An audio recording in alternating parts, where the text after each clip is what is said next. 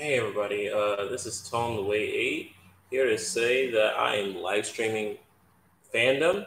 I want to see if anything would work in general uh, with me doing it because I'm trying to use OBS. I'm trying to use OBS and um, I'm trying to use OBS and it's a bit different. It's difficult for me to do it, but I'm trying to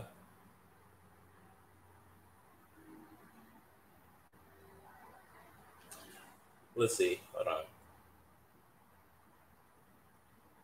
Give me a second. Let me work on this. Let me see if I can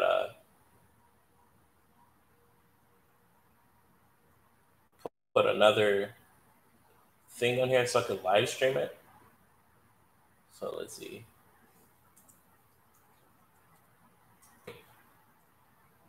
URL. We're going to paste this. I'm going to click. Oh.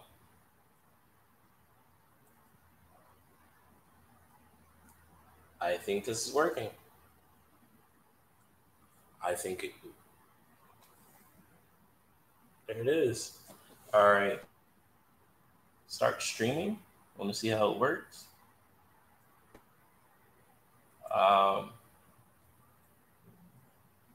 Is this recording?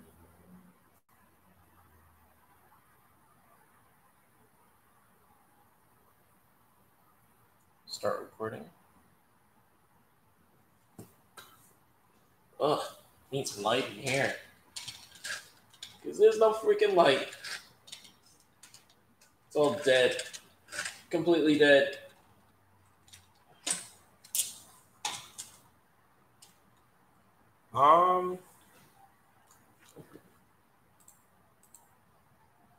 Give me a second. YouTube. Let's see.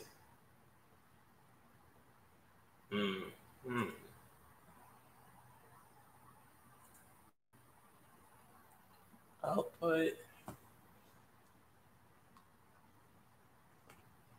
Let's see. Click on here.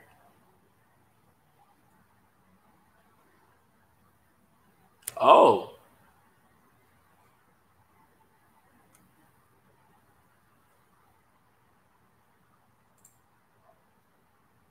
Guys were so delightful to me on set, and then everybody became okay. It's working. There you go. We got 2 live streams going on at it. You guys would be off there having a good time. Up and Addy. Up and Addy. To the camera, and I'm like, hey guys, hey, oh. Coming back with music videos, and everybody's laughing so hard. I mean, I get you, but I do like the behind the scenes type of stuff. Do this. Oh no. It's so funny. Our next question, I just can't believe it, but we have a massive DC fan here. Sorry, guys. I think maybe some of you may recognize. Take it away, Venus. Hi, it's Venus from Miami. So, fan, I have a question. So, who would win in a tennis match between Wonder Woman and Cheetah? And do you think they'll ever be able to put away their differences? But question, guys, did the Snyder Cut trailer they got leaked? I got a question for you guys. Yeah, I get you, Reckless. You guys against each other? I'm gonna check Twitter real quick if it did got leaked, man. Because that's crazy. That's so crazy. Because Wonder Woman, she'd have a gold tennis racket. Wow, it did got leaked. Are you serious? And I'm fast, and I just think I was Ben. Very subjective, that's your perspective, and it's okay. I disagree with you on this one. Very bad quality. Give me a second. Then I'll see you on the court. There's a question for Pedro. Guys, the Snyder Cut trailer got leaked. Holy shit. Yeah, let's see. Wow. How? Bro, how? I'm going to be sitting on the floor. How about that? Holy I fuck. love it, and I That's crazy. Guys, don't It holds me up. don't go on Twitter, man. They're gonna spoil in some shit, man.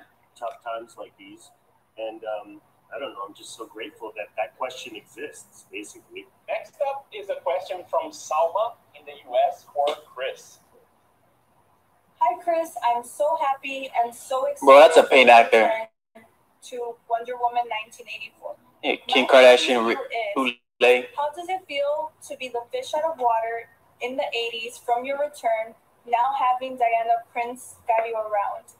Yeah, that interest and curiosity, I would say it was kind of like a good lesson for me as a human being to remind myself to open up and not be so cool, so over everything. And, you know, and my job again is to be in love with Gal, which is not a hard gig, and try to make her giggle, which is always fun. He does so much more than that. I like that you always sum it up that way. Now we have a video questions for everyone from Erin Lynch in the U.S. All right. Hi, my name is Erin, and I just wanted to know what was your most memorable moment on set. Thank you. I love you. Yeah. Love you back. I know what mine is. When Gal and I Well, were this dude fighting. is, you know, talking, so Well, we're making noise, but we're listening to news, so. Fighting. And we were practicing the stunt, and we got it down, and it was great. I was trying to do this last time on for PlayStation, but apparently there was difficulties. So It got stuck in my gun. Oh, it got stuck in your thing, and I don't know if we were tired or else it was just we laughed so hard. Mine was in Washington. I mean, the fact that we shut down all of the avenues to make this huge film. The little 8-year-old kid in you is can't believe that you're doing what you're doing and that you get the privilege of doing it. I don't know. It feels like a dream in some kind of I know that we have 2 live streams going on, so I do apologize. So that was a pretty special moment, I think. The next time, I will get. Yes, that was so beautiful. I think this should be like a reaction from a video. very special guest.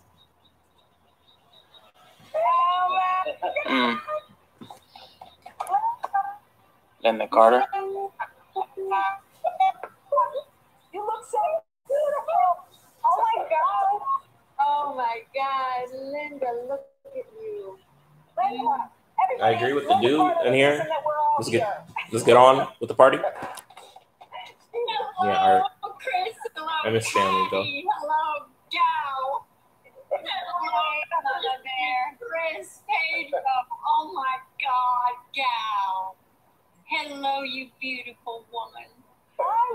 Okay. Can we just get onto the trailer, please? Like, I don't have no real emotional connection to these people. I'm so glad we think about you every day, Linda, and we talk about you all the time. R.I.P. Stanley, yeah. This would not be a Wonder Woman panel, truly, if we didn't see your face. So it's so good to see Wait a you. minute, how the- So good to have you.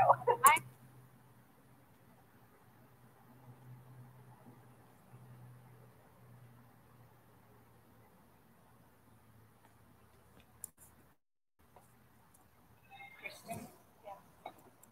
was also Wonder Woman for Halloween when I was a little girl. I mean, I'm like so excited to meet you. I think you're so great. So we have a mutual admiration. And anytime when I meet you, will you do me a favor? Will you just throw your arms around me? Yes, I would wish I could right now. I'm beyond excited. I'm beyond excited. You know that I have been a fan from day one of Patty when she first got. Yeah, we cool. Sorry about that, guys. Film. When my daughter saw Gal as Wonder Woman, she said, Mom, Yeah, shout out to you. I finally get it. I finally understand why everyone idolizes you. I finally get Boomer Con. Funny. to everyone. You know? And that's my daughter. So if you guys hear multiple like whatchamacallit going out, Boomer. Oh, you guys got jokes today, huh? I do apologize. Linda, that's such a great story. And like the first time I ever called you, Linda, I said to you, I want you. Yeah, man, no problem, man. It's still Jim. I'm actually doing like a Superman marathon review, which is kind of on hold, but I'm gonna get to Man of Steel once I review it and watch it. That means the world to me. But I gotta. Yeah. I was that person who was so moved by you and your performance and the show, beautiful show that you guys did. So being able to know that somebody as important as your daughter acknowledged we could be having that effect on her is like a huge compliment. You are a true life Wonder Woman, and I can't be more grateful to have your guidance and to be able to call you Mama Bear and knowing your children. Cringe. I know. It's a little cringy. You know, they're old. They're up there in their age. They don't really know, understand. You know, whose teacher is this? Talking about Linda Carter. Yeah, she doesn't look like. She looks like a freaking math teacher. We also had some submissions from fans that sent us pictures of their cosplays and fan art. They don't give a fuck about no. Oh my god, it's look at Chris Pine's reaction. He don't give it. He don't care.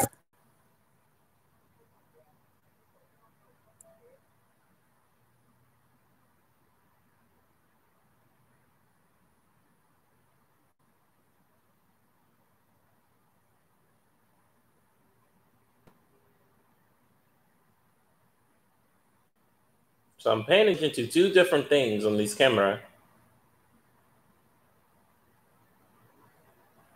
Dear God. Hold on. The beach and everything. Caught the spirit. Like beautiful work, beautiful detail. Oh, look at that. You can tell that Patty's really into it though. You can tell. It looks exactly like the original. It's like the Norman Rockwell of Wonder Woman. So I'm gonna try to pay attention. Perfect, because it's exactly why we're all here. On here. Look at the shoes she's wearing. I know. So the red heels. All about this character that, like, you know, we were talking. Because I'm trying to figure out. Oh wait, Captain Marvel, Superman. Superman, what the hell? We've seen so many. Just keep it real in here, man. Ain't nobody caring about no Carol Danvers. And for girls, for little girls, once they see it, they believe it, you know? So for little girls to be exposed to these type of movies. Guys, did a surprise panel got pulled from the DC fandom? In this genre is so important because then. Or you think they're trying to, man, I need a Man of Steel 2 announcement today, man. To really make me jump up and, you know. This one.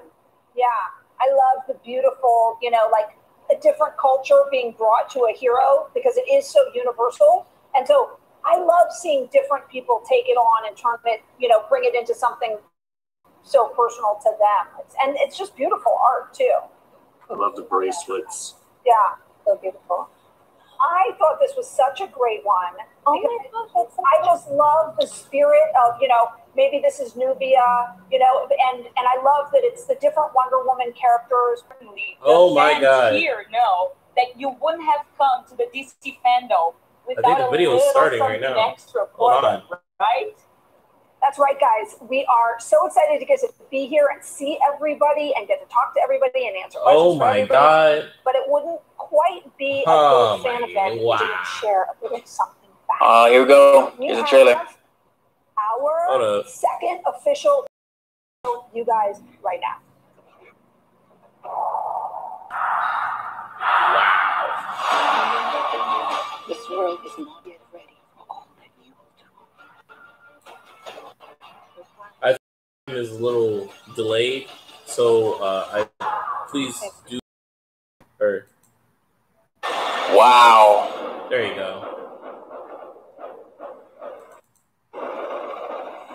Citizens of the world, I'm here to change your life. You want. Anything you dream of, you can have it. Look like you saw ghosts. Whoa! Diana, I love you. It's like not one day has passed. I don't want to be like anyone. I'll be like anyone. I want to be an apex predator. Holy shoot. Stop playing these games. But people like me have had nothing. Well, that's my turn. Wow. Oh, shoot. Cheetah! Woo! Shit. Let's go! Let's go! Let's go! Hey! Hey! The way I fly, they will never find us. I forgot to tell you. What? Radar. Will they shoot at us? Oh, there's cheetah. There you go. That trailer was... Ah, yeah! Oh, shit.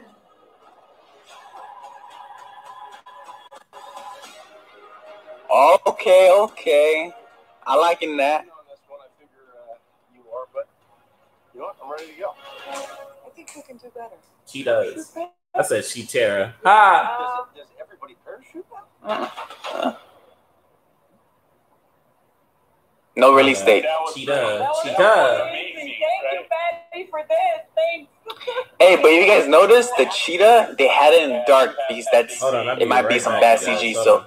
bad CG usually half of the time gets covered in night scenes. Everybody, you guys, miss you so much. Betty. Still kind of underwhelming. I don't really understand Cheetah's motivation. Like, how did she get in a White House like that?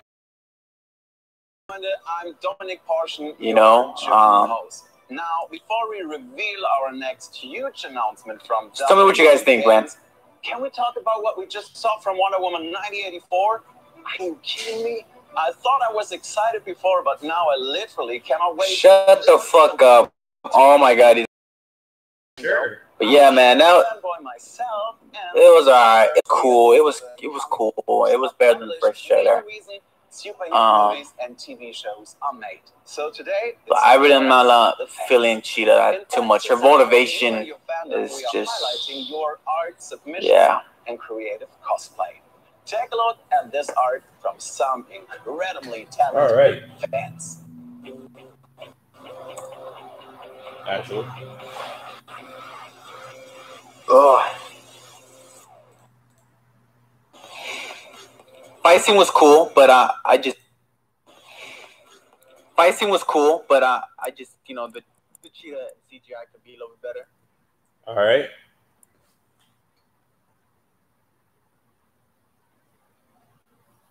Spider-Man swing to the building.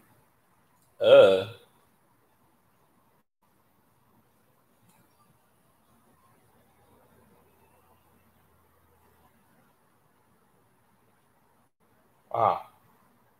Yes, there is a leak. Just a leak trailer. So right now we're looking at some shorts that's been old or been shown before. I do know that. Yes, I'm a Predator fan. I do know that they used to show this a lot before. I think on Cartoon Network. For being a member, you're a moderator. Tell the people to subscribe. I do know that for sure. I also know that. And if anyone gets out of line, like toxic, then get them out of there. This is what they show kids, I guess, or something like that. I don't know. I know that for certain they showed this long ago for shorts. What the fuck is this? Hello?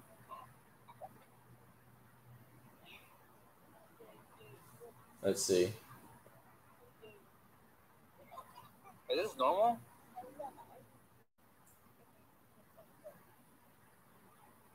Hello? Uh-oh.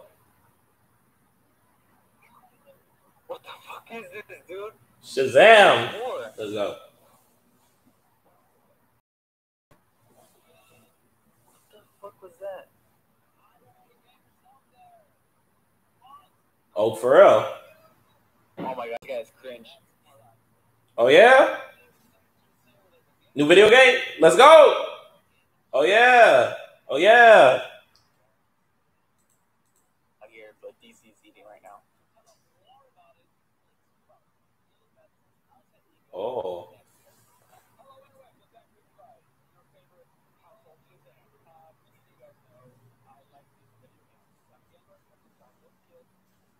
All right.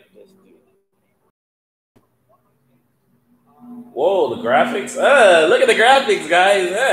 Looking so clean. What the hell is that?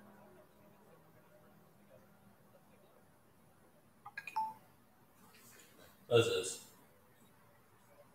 Arkham, let's go!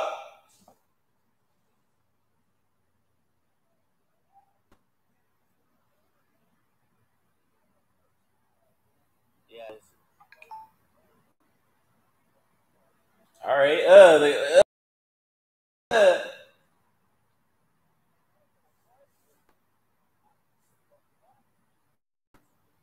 Arkham game. Arkham game. Here we go.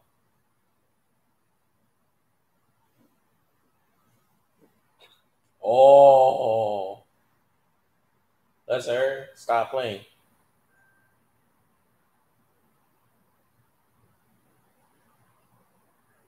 Nightwing! Let's go!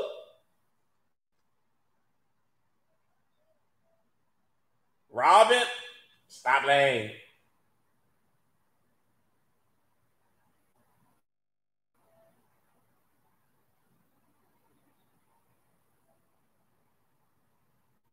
Wow. Batwoman? Robin? Get the fuck out of it. I mean, like, which part?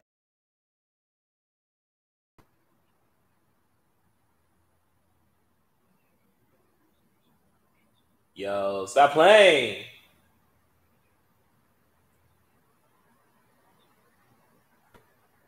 Graphics looking so clean. Let's go, Robin. Okay. I bet it's Damian Wade. No, it's not. It can't be.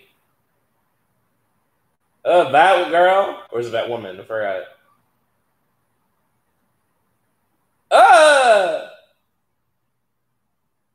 Nightwing. Let's go. Red Hood. Oh my god. Jason Todd. Let's go. Bait. Beat. Okay.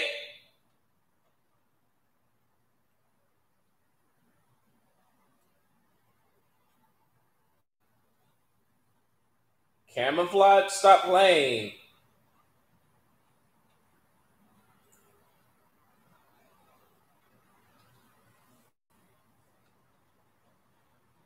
Okay.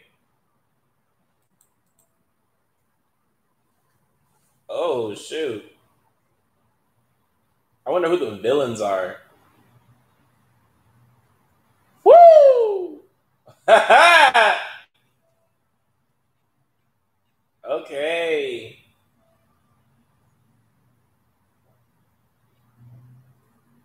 What is this game called? Gotham Knights. Let's go. Gotham Knights. Let's go. Gotham Knights.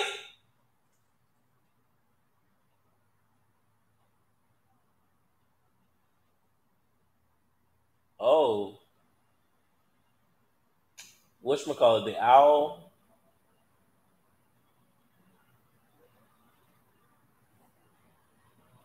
The owl dudes. I forgot what they call it.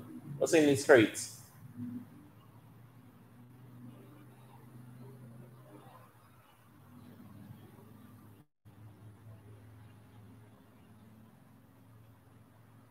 Oh, fuck.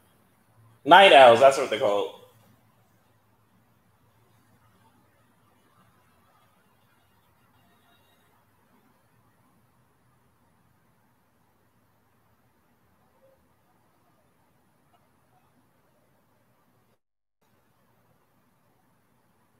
I Wonder Woman. This guy.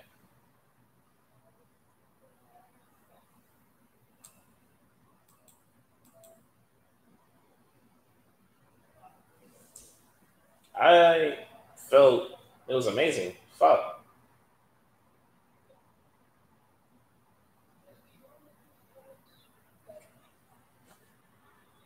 Supposed to be the Night Owls. Cartoon, bitch. 2021. So. What is this guy talking about? I'm not the shit out of him.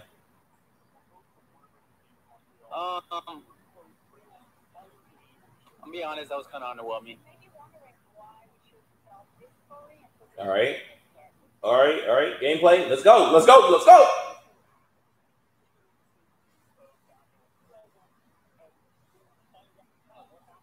How you guys feel about that, man? That was alright. It was whatever's to me. Ooh.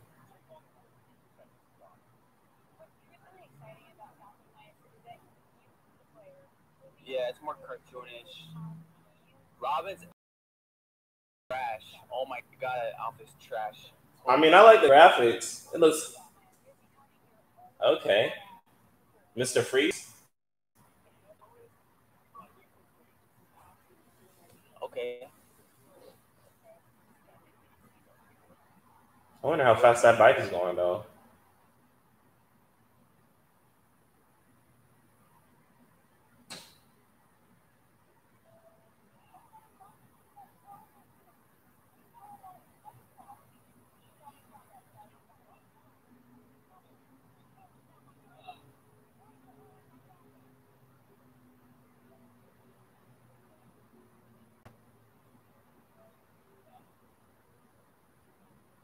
That is right.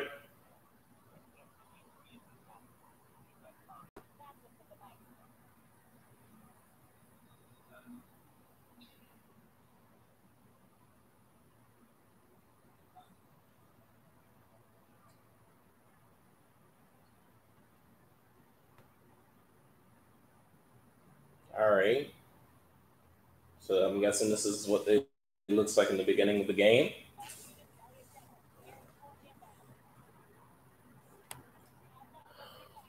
I could be wrong. Is this the semi-middle? Oh shoot! Excuse me.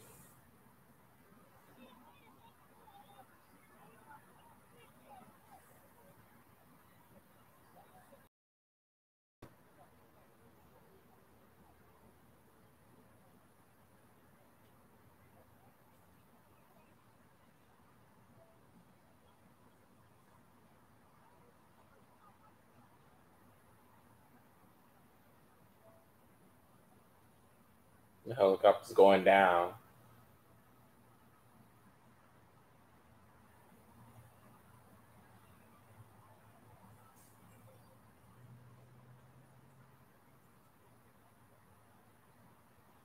Oh, that's cool. All right.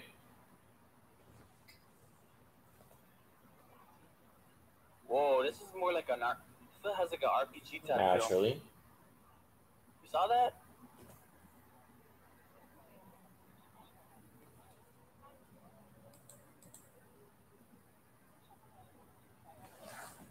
Oh shoot!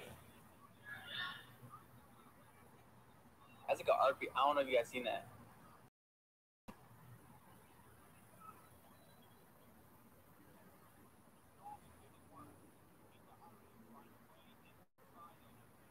Really?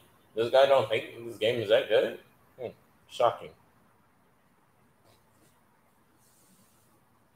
Not shocking, really, but moving along.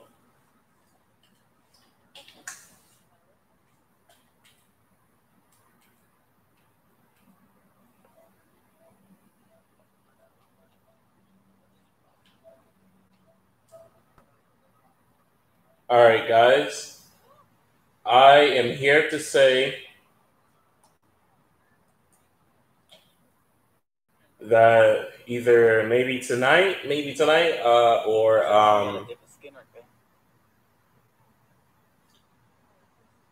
tomorrow, I'm gonna probably play Marvel's Avengers beta test or a Dogfighter World War II. So yeah,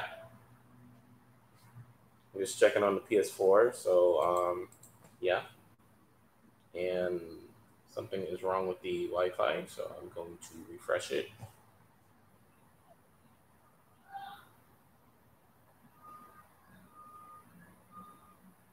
Or possibly Dead or Alive 6 Core Fighters. Robin outfit. So I'm gonna leave them on. Like a Red Robin type beat. I'll check. Look at that acting health bar. That's new. Is there any counters? It doesn't look like, man. I think they changed up the gameplay.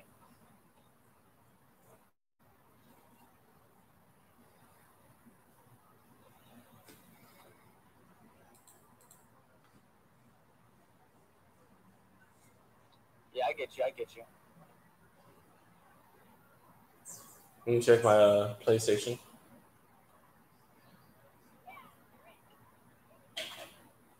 Oh, I like that. What? Okay, the quality is right there. What do you mean? Can you do a better job of doing the quality? I think not, sir. So that said, what's your name again? Basic Entertainment. All right. This guy thinks he all that. Maybe I'm salty. Maybe I'm right. Yeah, it doesn't feel like an Arkham game. It feels something different. I think it's because it's WB Montreal games instead of Rocksteady. So, yeah, man, it's a little bit different, man. It has a little bit different feel. I do appreciate. Yeah, pretty basic myself. No. I just feel like this story is not gonna be that good. Like the quality of the story is not gonna be there. Yes. Barbara, naturally. Redhead. Only redhead I know. The thing with this, though, is that with Suicide Squad, I don't really care. Like, I'd rather prefer a Suicide Squad game than a Batman game because me being a Batman fan, yes, I love the Batman concept, but I want a Superman game or Flash game, you know? I need to explore more characters. Yeah, it does have Assassin's Creed. All right. Yeah.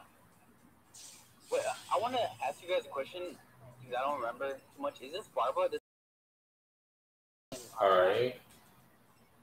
So I don't know who this is. So we got Dead or Alive 6 on here on the PS4. Dude, I'm gonna see what that is about. Naturally, I'm gonna check that later, and then sooner or later, I'll play Marvel's Avengers Beta. So get tonight, possibly.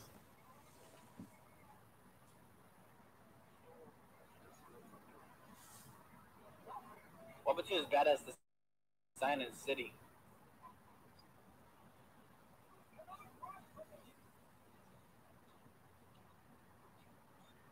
Dude, this is not. So that said, yeah, maybe you should have been. Oh yeah. But yeah, I haven't played the Arkham games in a while, especially Arkham Knight. So I don't quite remember the story. Yeah, me either. I don't. Yeah.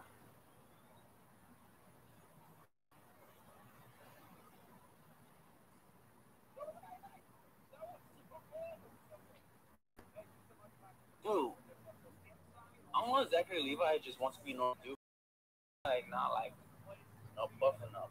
You know, like oh no. Going against the Rock. How you're not like you're like that.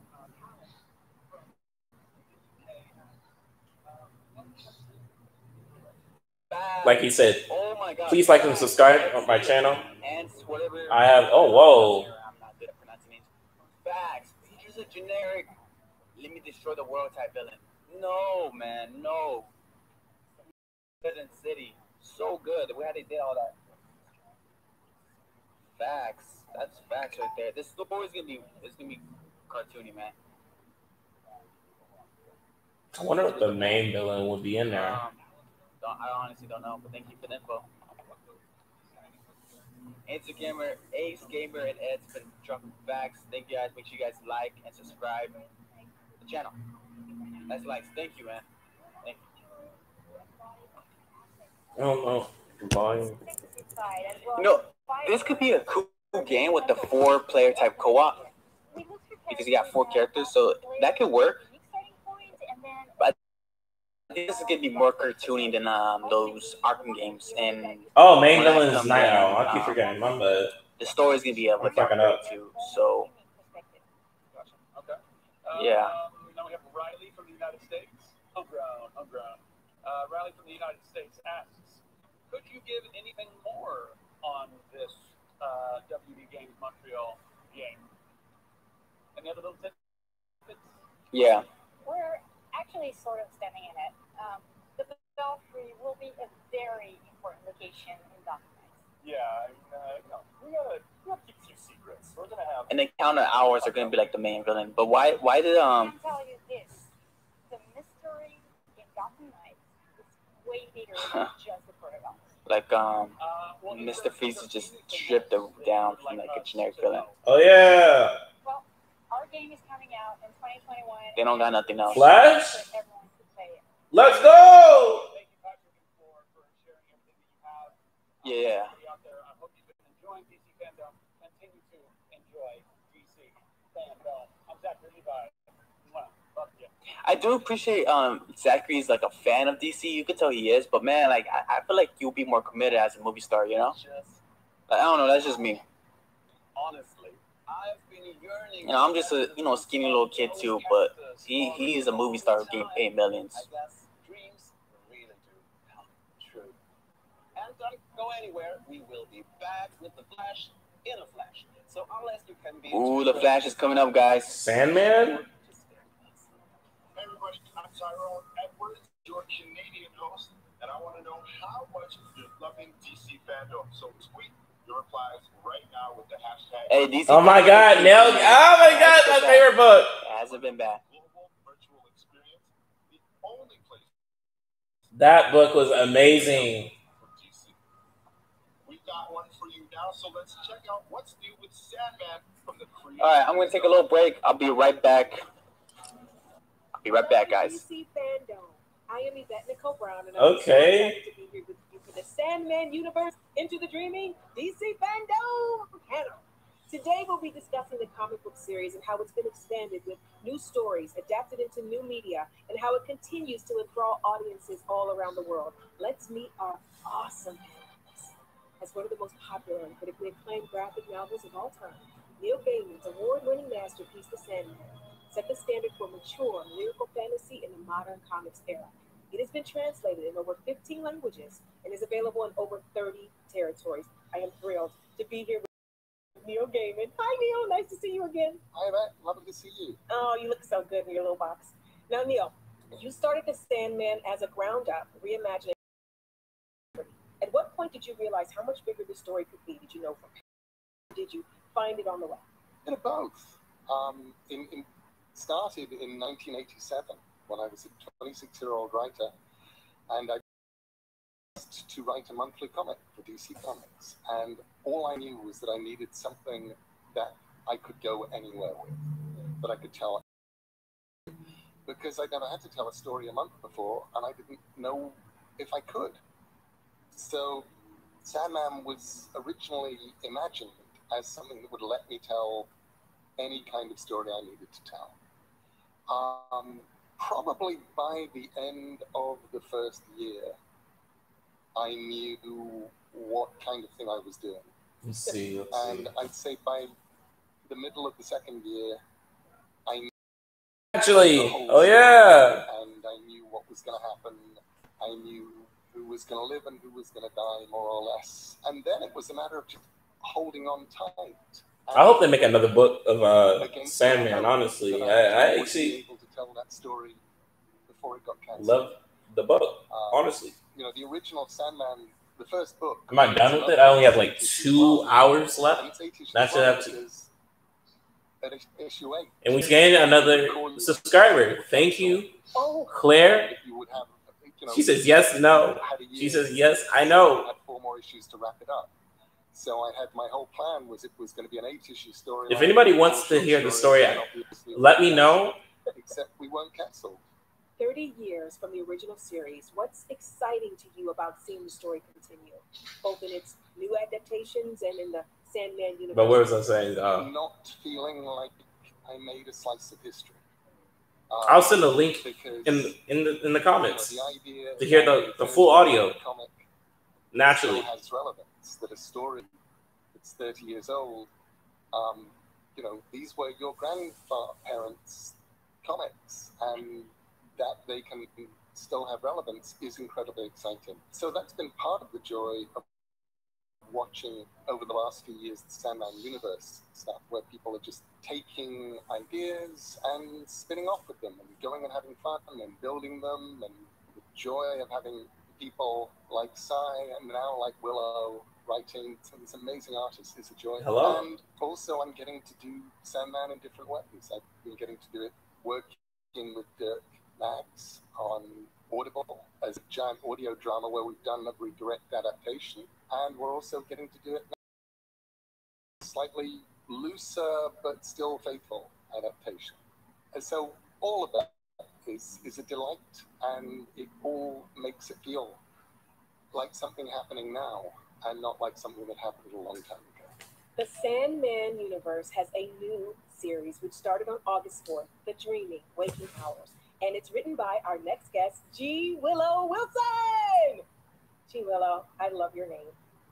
Oh, thank you so much. Hi, Yvette. How are you? It is so nice to meet you. Now, G. Willow, you first came to the Sandman purely as a fan in your teenage years. What did the series mean to you at that age? You know, And I'm trying to figure out for tonight in the late 90s as a teenage goth, and of the live really, streaming. what's interesting looking back How now to is that by the time I read that series, it was already play, part of the culture. what should we And call so it? I was already wearing Avengers. the death outfit without knowing what it was.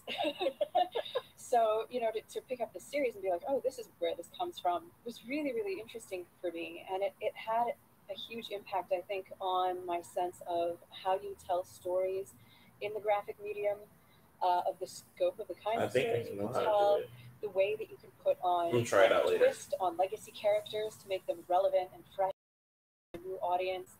And all of those tools that I was sort of unconsciously picking up reading that series at that age, I think have been tremendously valuable to me, you know, in my own creative life, reimagining different stories and working in, you know, sort of the Sandman universe. So it really feels like coming full circle. Now, when you learned you were going to be writing The Dreaming Waking Hours, what did you want to bring into the universe that wasn't there yet? What was the story? When you're dealing with a legacy series that is Sandman is, you have to kind of balance two things. Number one, the history that longtime readers have with the series, the emotional investment in place and those characters, and also creating a new entry for people who might not be as familiar with the series.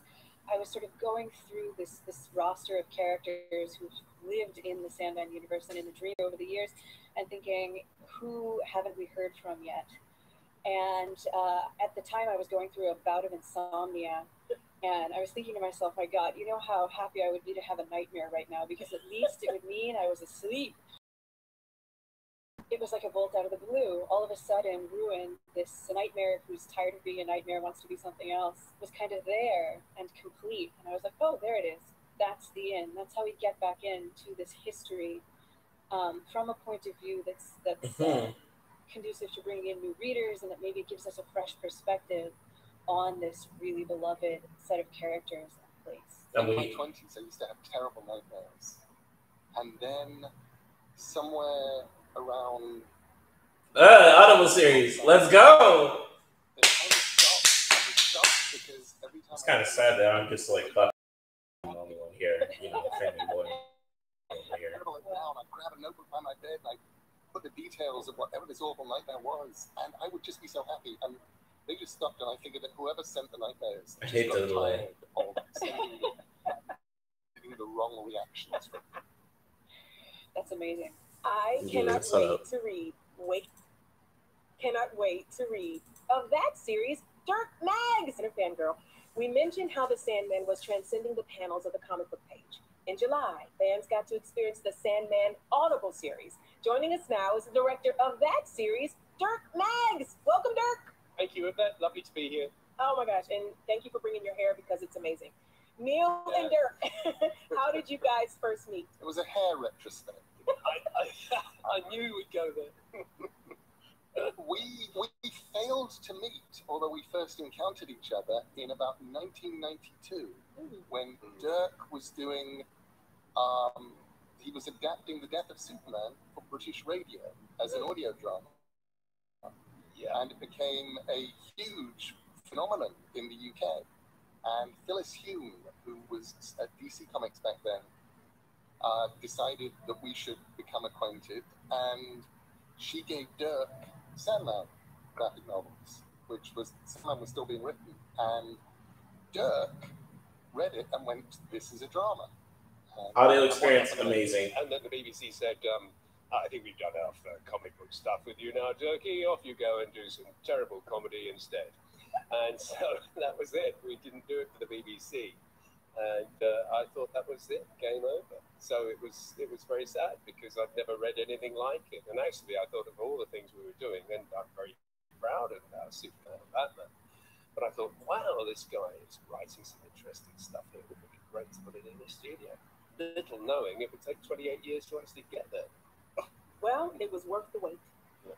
Dirk, what was the process of taking the comic, turning them into an audio experience? Really, the process with Neil is easy because Neil is still alive, which is an enormous. It actually means I can talk to the author without using a Ouija board.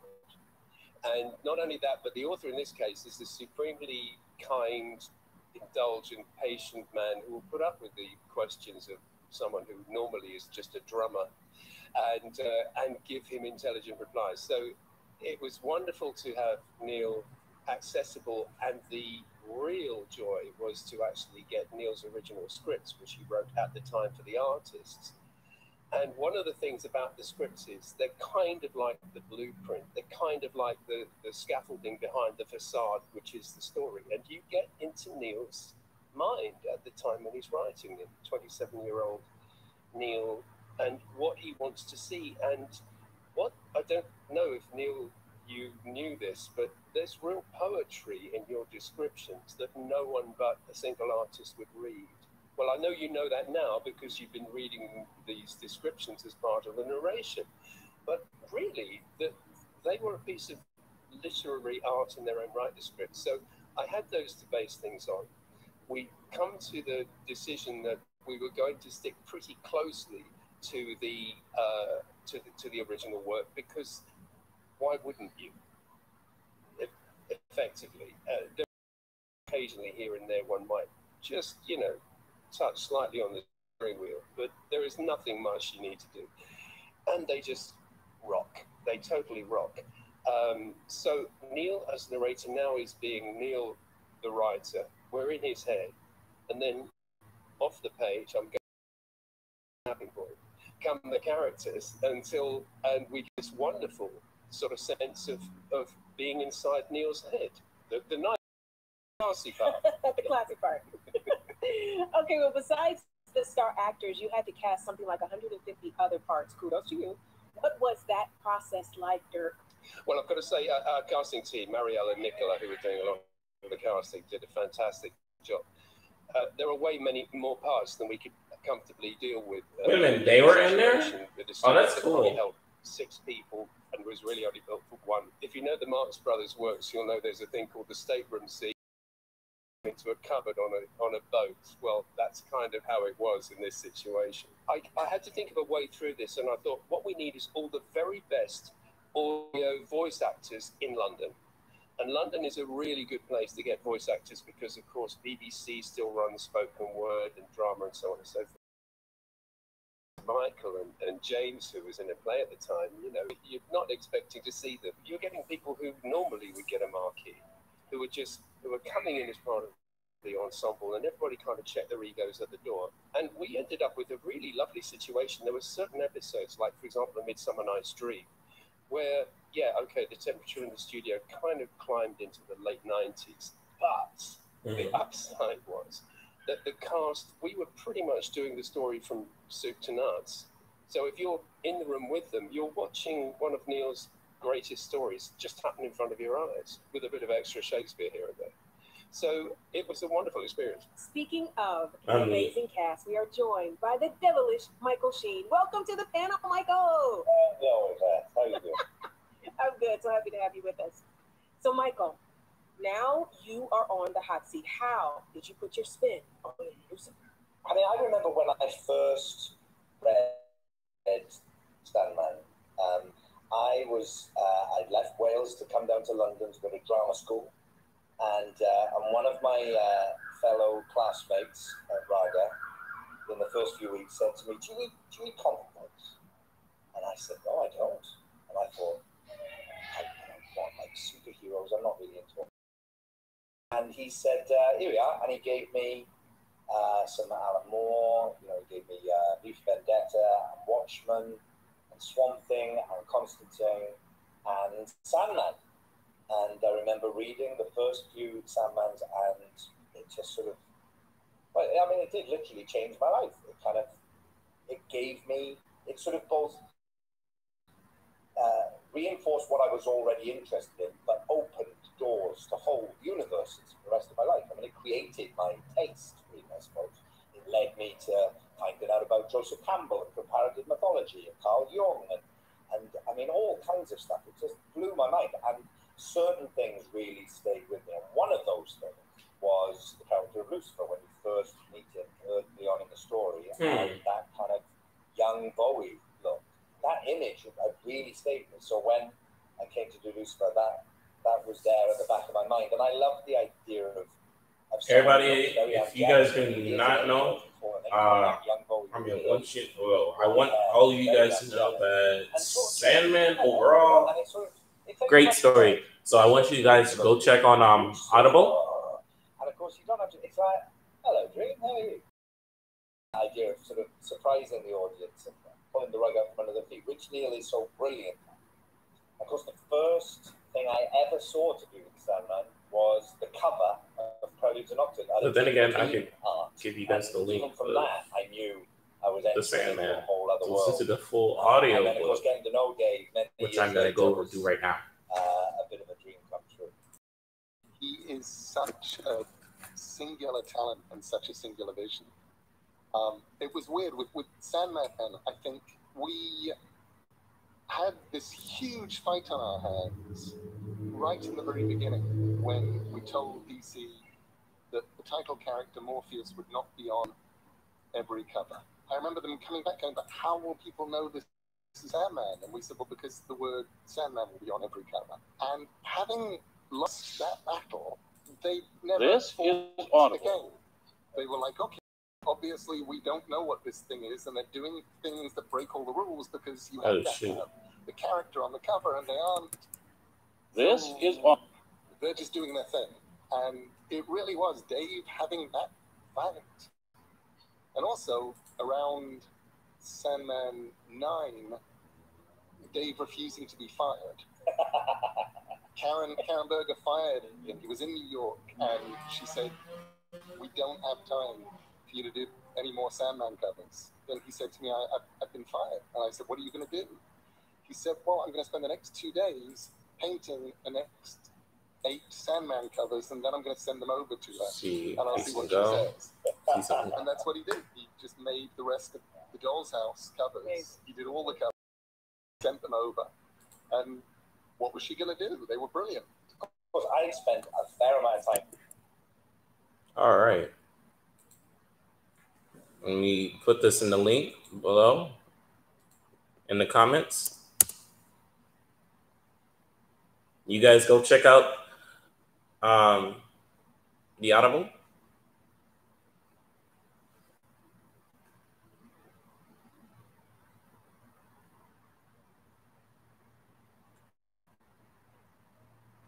It's 10 hours long, and it's a lovely experience to feel the story.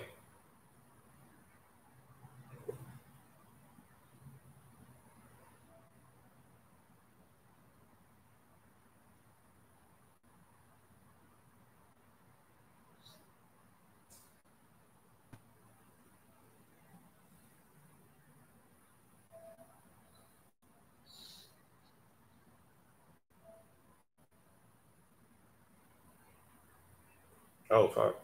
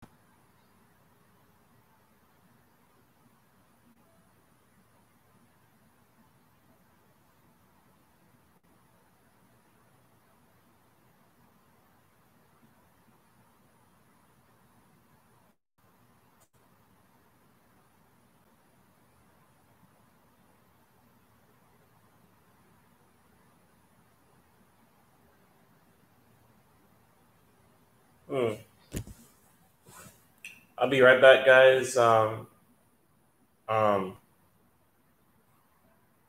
you guys check out the live stream. I'm going to charge my controller, and I'll be back with you guys. So yeah.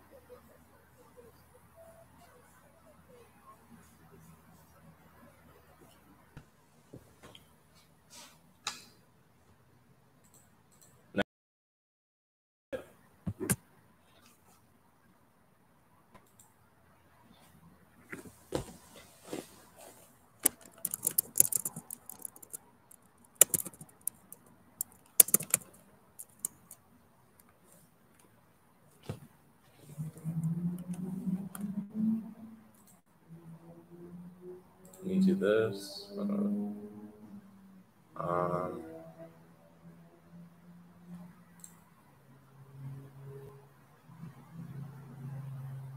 Let's see. Hold on. Give me a second, guys.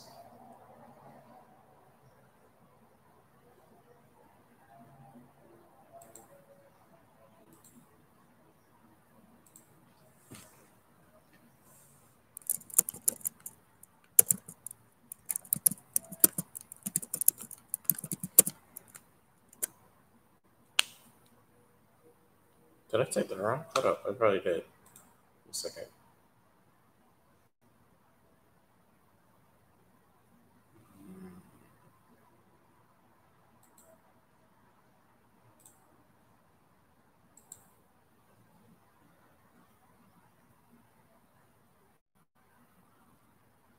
Oh, wow. Really?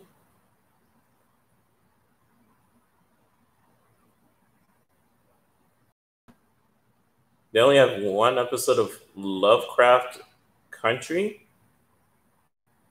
Oh, it's a movie.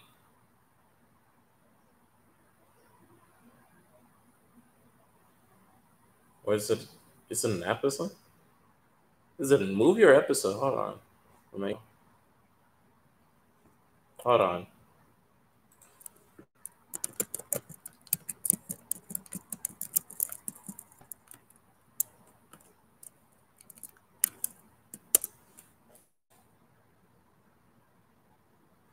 Oh, it's an actual TV series. It's just episode 1 just released. Okay.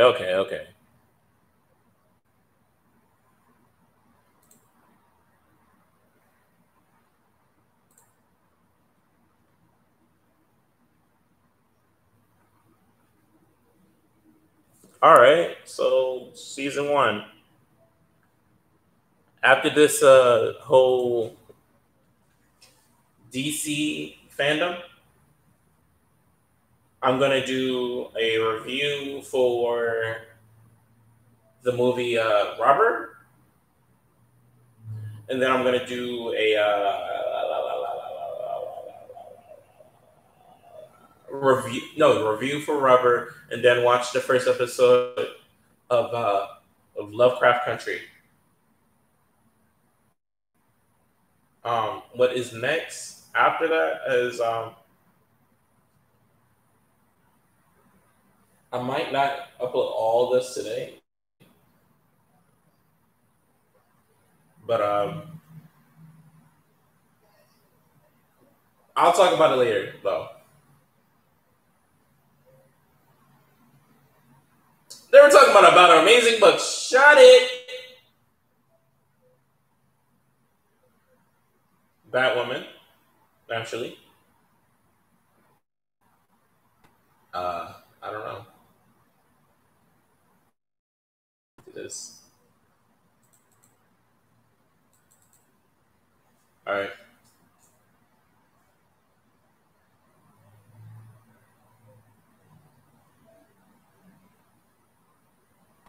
This guy is really impatient from what I'm seeing. Like, really impatient. Like, oh my God.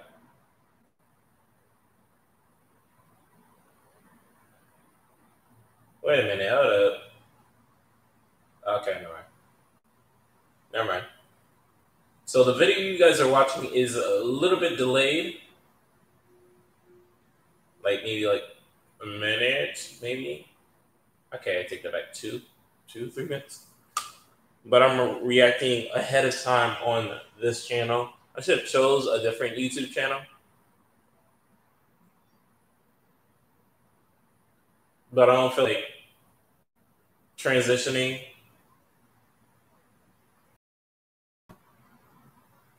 So I gotta hear this guy complain. So I'm so very sorry.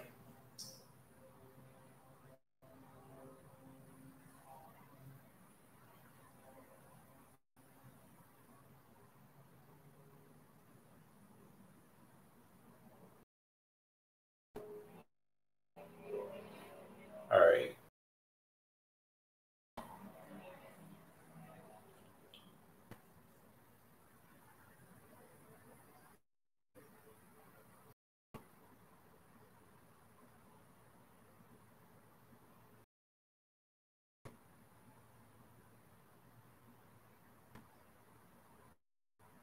And this is I'm Coming. You guys will see. I'm sorry.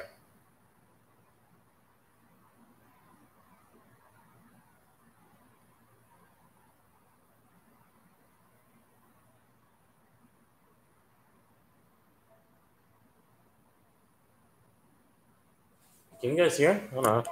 I will find out. Okay. Oh. To be a mod, you have to be a loyal Basic Entertainment member. So make sure you guys subscribe. Make sure you guys show up to these streams, go to the videos, comment on the videos, follow the IG pages. It's not that hard.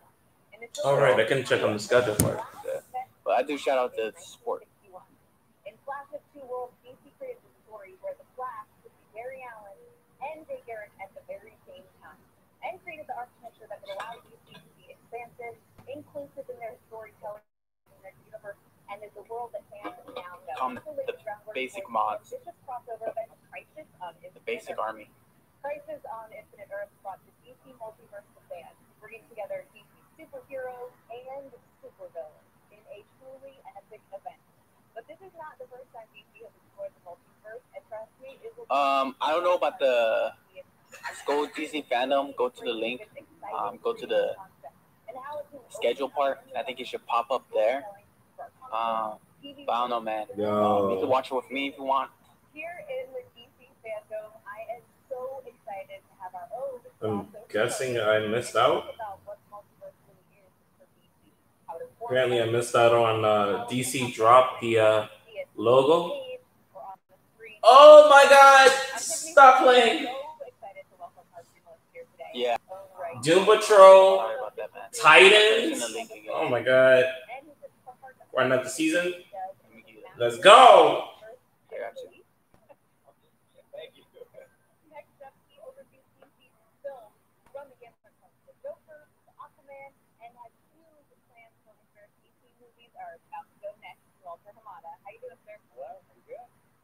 Walter Hamada, let's go. The architect of DC's Arrowverse and the amazing Crisis crossover event. He is executive producer of nearly a dozen fan-favorite DC shows like Batwoman, Flash, Supergirl, Doom Patrol, Titans, and the upcoming Superman and Lois. Yeah, thank you. Many, many more. It's Greg Berlanti. How are you? Very good, very good. Greg Berlanti. Screw DC fan, all my man. Hey man, you know what's one thing I'm very interested in is how is Marvel going to respond? Because DC is putting pressure on Marvel, and this is a great thing I like about like what's it called? It's like you know when this competition have more majority of the time you go a little bit harder. So I really want to see that. And I don't know if you guys want to, if you guys any of you guys care or not, but I actually met Jim Lee. I actually got a post on Instagram that I archived. I don't know if you guys even care or not, but I actually met the guy. He did some comic book signing at a local comic book store. I don't know if you guys can see that. There's Jim Lee right there, guys. That was me right there. That's Jim Lee. So I met the guy. He was cool. He was alright, you know. Doesn't what are you talking about? Comic store near where I live. Does some comic sign from Jim Lee. I shouldn't have brought him out. They're like generic ones. A lot of people were like bringing the ones like Bible ones. I just brought like some X-Men ones. I would say that when we started out just with Arrow. Yeah, I agree with you on that one too. It wasn't our intention to replicate what everyone has done so brilliantly. How? You know what? Fight me. But like, fight me. Marvel, they're doing fine. This guy talking about, oh, Sandman sucks. Have you even listened to the Audible? With DC, they're coming out the heavy hitters, Batman and Man of Steel. I bet this guy doesn't read. And it will force Marvel to go a little bit harder and Books. maybe even take some risks.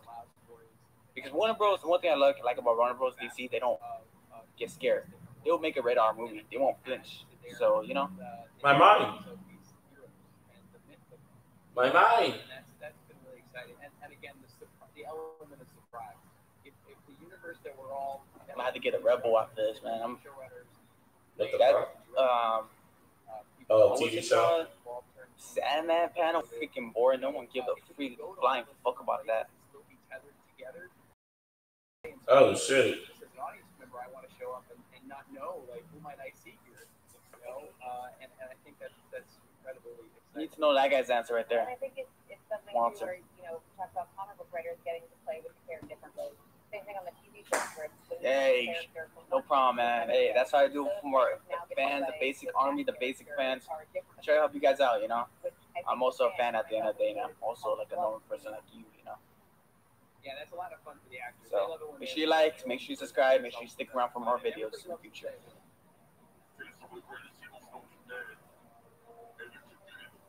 Pass. Not. I only came here to use your stream to watch.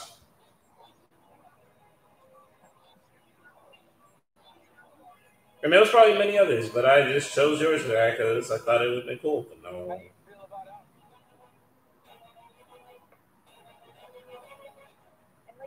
Nah.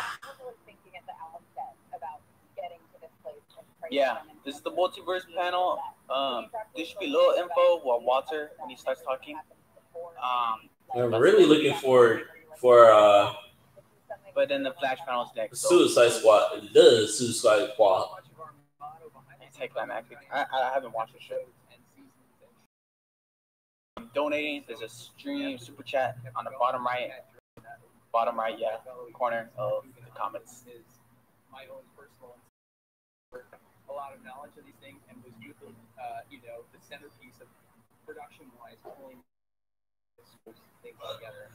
I would be remiss by this season how much his own passion for all that is, you know, very inspiring. But you know, we sort of kept, you know, just building block by block, and then truly in the last couple of years.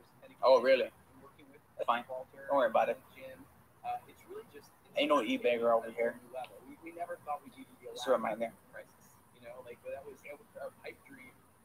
We just kind of kept finding new ways to get all of our characters together, and then, you know, the year before we did Crisis, we said, well, what if we just say coming next year, Crisis, you know? And everyone's like, okay, yeah, you can say that. Well, I was like, well, I guess they've approved it then. Now,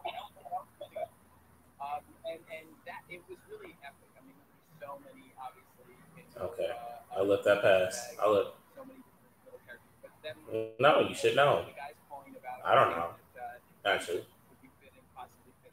But I'm just complaining. That's really, for the first time historically, combining a TV character and a film character in that way, you know, is, I think, well, feels like the beginning of a you could rewind. Of how we can begin to do this.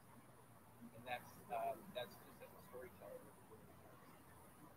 I can't even think of the person's name. Shoot. Yeah, who's that girl?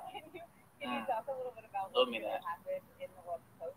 Light skin type, we are Hispanic, you know, little culture in there. I like that type of stuff. Nice eyebrows. Shout out to the Bushy Eyebrow Gang. The best out here. How that will affect certain shows. And, you know, what's that? What was her name, guys? Do you guys remember her name? I think truly because of COVID right now and the pandemic, our aspirations aren't quite as large. We'd just like to start shooting again. That would be, you know, who is that? Bro, who is it? What was her name? Oh my god. Crushing over this girl. Gee, that's my type right there. I like that little nerdy culture type vibe.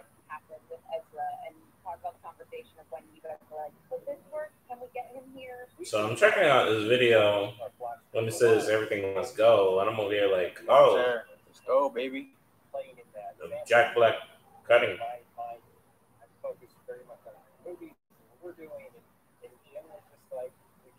Bushy Brock. Oh, he said everything must go. He's cutting his hair. Why he was choking a woman. I don't know how they're gonna explain that, man. His all of it. Came out and say something.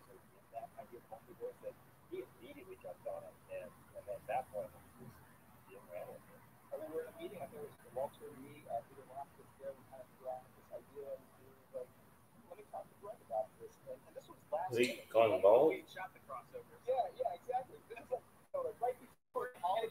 I do believe under the control of Walter Romita, I think they're It started, I think, I want to say. Oh wow, he actually really did it quite well. Woman. You can tell, like, oh, he's turning red. Aquaman, Joker. The movie's been better for DC.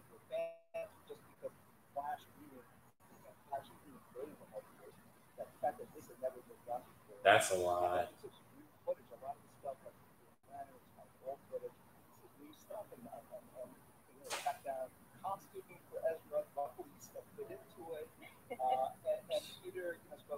Dang, I felt that.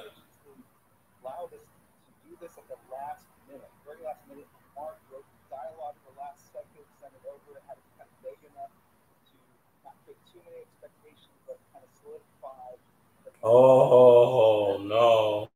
Flashes, like both the Flash and different universes, and the cool thing is, Ezra's. Sorry, I'm being distracted highly. But he's shaving everything off. Oh my god, it was so trash. Ezra's freaking booty juice. So that was it. It came together last minute, and it worked out great. Those guys kind of improvised the line, and they definitely improvised. Yeah. It was touching and funny, and it was just a great moment. And then when it went live, man, it's for a lot of people who worked on the show and shot the episode and didn't know that it was in there. So they were watching that had been in the episode, that were watching it live that night, that wrote me, hey, I didn't know about this. Did you keep this a secret from me? I was like, no, I wasn't. We just put it last week. This guy's being aroused. Well, I do.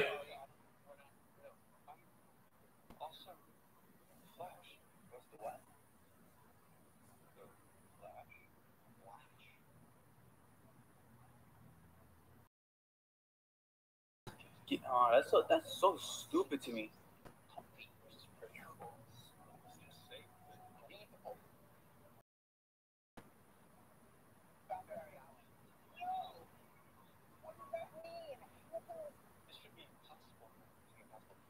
Look how Grant Gustin's more of a serious Barry Allen. This dude's like a freaking clown.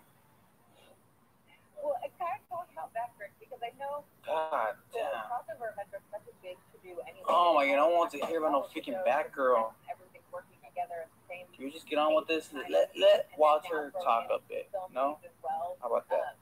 I feel like all of you guys have been talking to you and know like you a little bit that you're like we'll do anything to make it work. But what was that?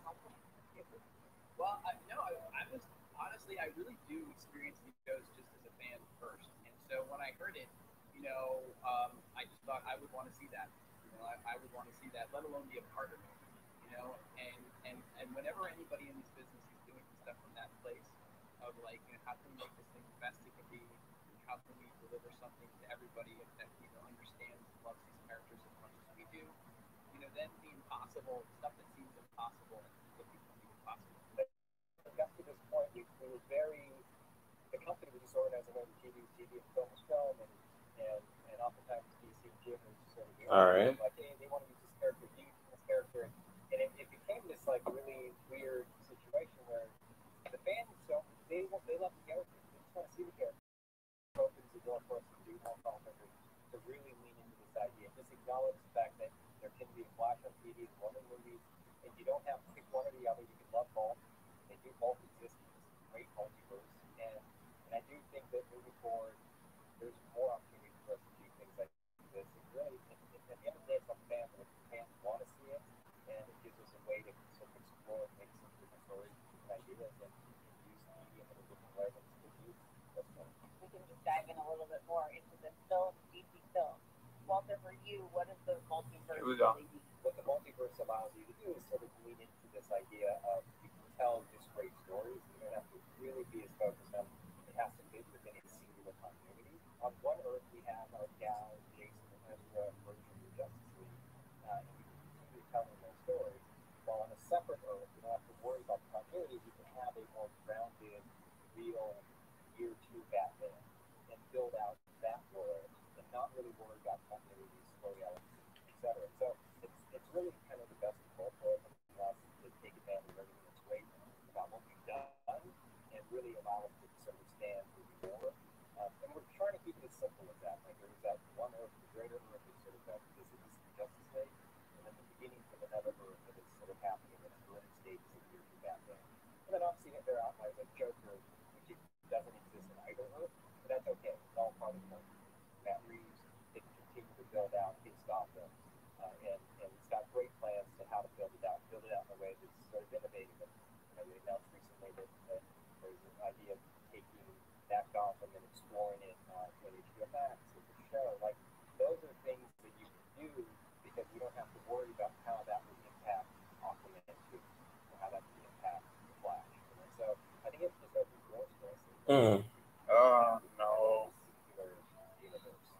So let's get into some of the questions that we've got from fans. The first one is for you, Jim, from Van in the U.S.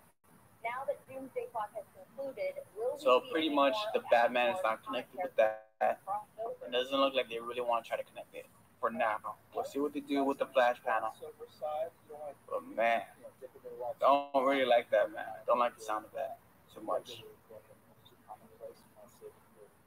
But I think we already knew that, so yeah.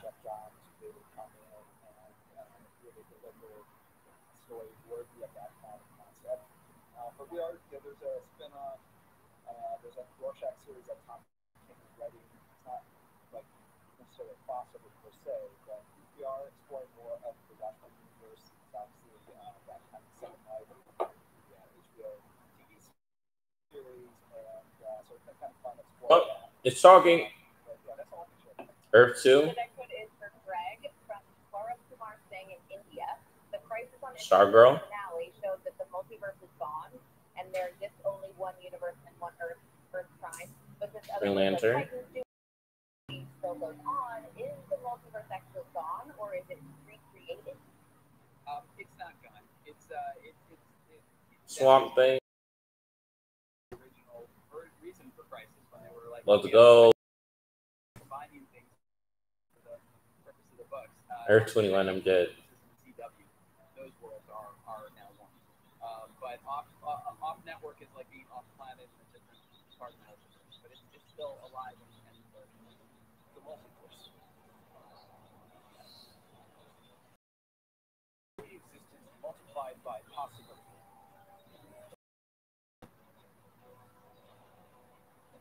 And spread out before space and time in infinite measure.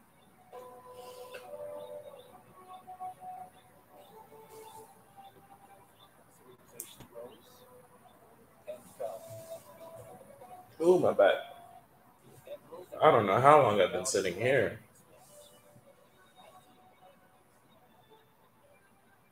Life, a precious gift, persevering in the face of every obstacle.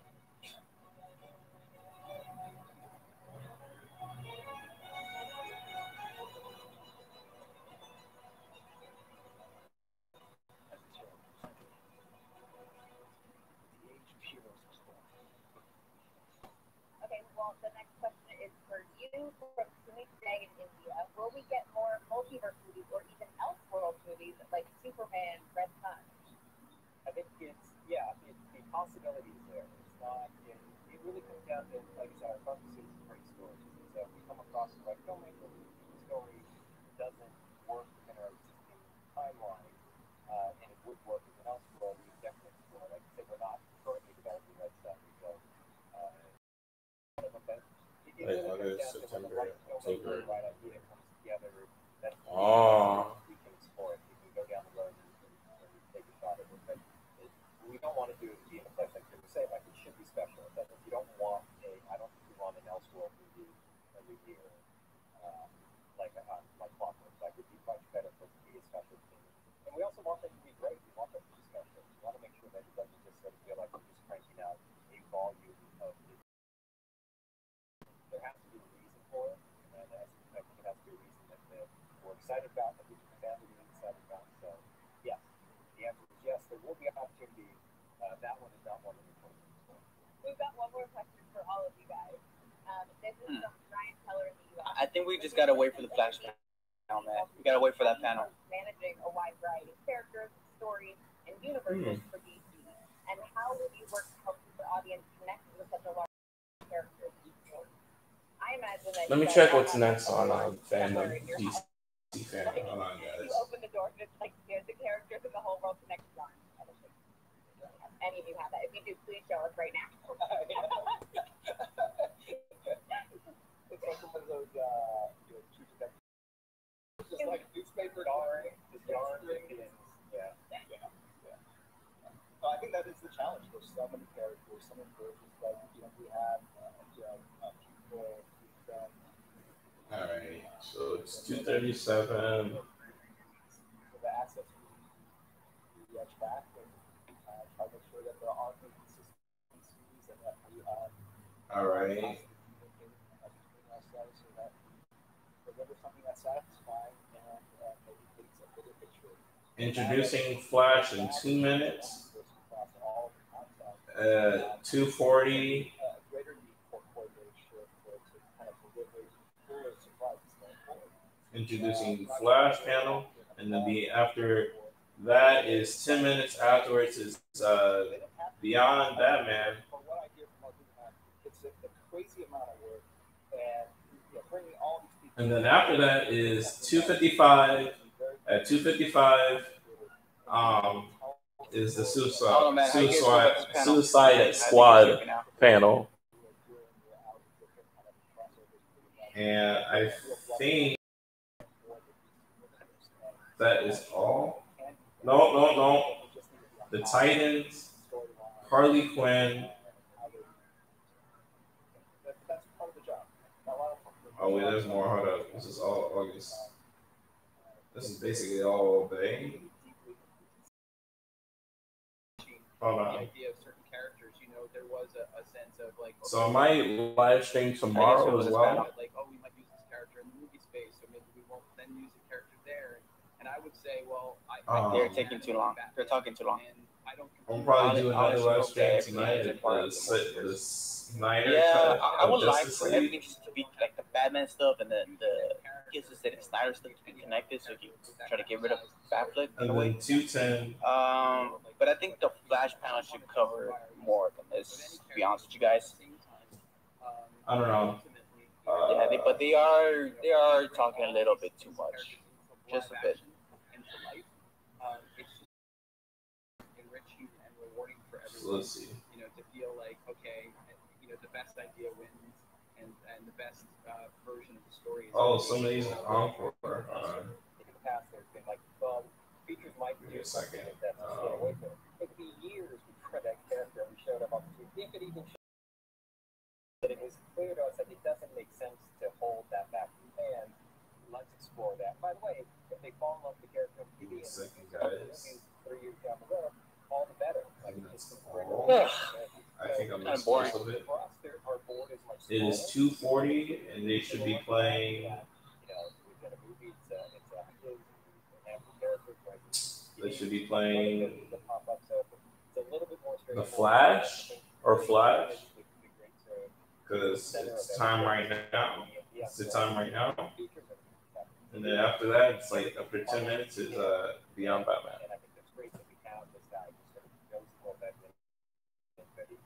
Sort of look at it and kind of go and come up and say, wouldn't it be great if Ezra showed up with Ned Grant? It's like, you don't get that without him sort of being sort of at the center of all of it. So I think it's a great collaborative team, and it's really just the beginning of Right.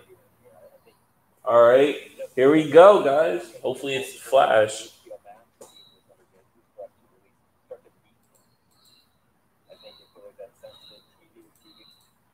Give me a second. Explore different opportunities and cross back over, and I'm excited about that. Give me a second, guys. Awesome. Well, I want to Second. thank you guys for taking the time to chat with me and all of the fans here